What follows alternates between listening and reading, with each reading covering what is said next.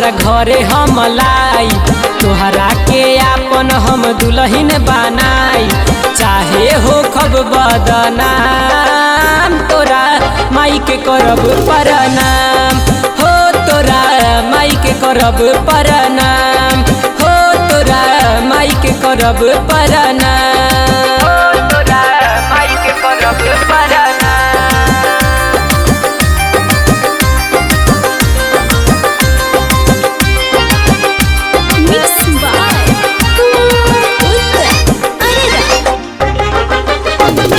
दूसरा से शादी नहीं करब सुन प्यारी, चाहे दी दहेज हमके 4 चक्का गाड़ी, चाहे दी दहेज हमके 4 चक्का गाड़ी। दूसरा से शादी नहीं करब सुन प्यारी, चाहे दी दहेज हमके 4 चक्का गाड़ी। तोहरा से फ्रीए में शादी रचाई, दिल में बा सपना हम सारा पुराई। कार्ड पर छापाई संगे नाम, तोरा माई के करब प्रणाम हो, तोरा माई के करब प्रणाम हो, तोरा माई के करब प्रणाम हो, तोरा माई के करब प्रणाम।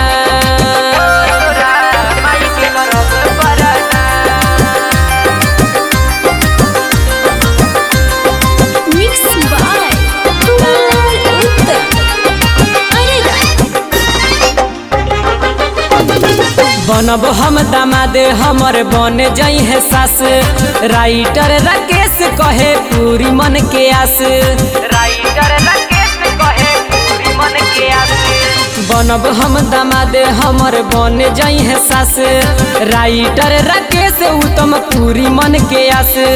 प्रिंस पटेल रहिए होंगे मोर साथी, जीसु विकास जाई है संगे बाराती।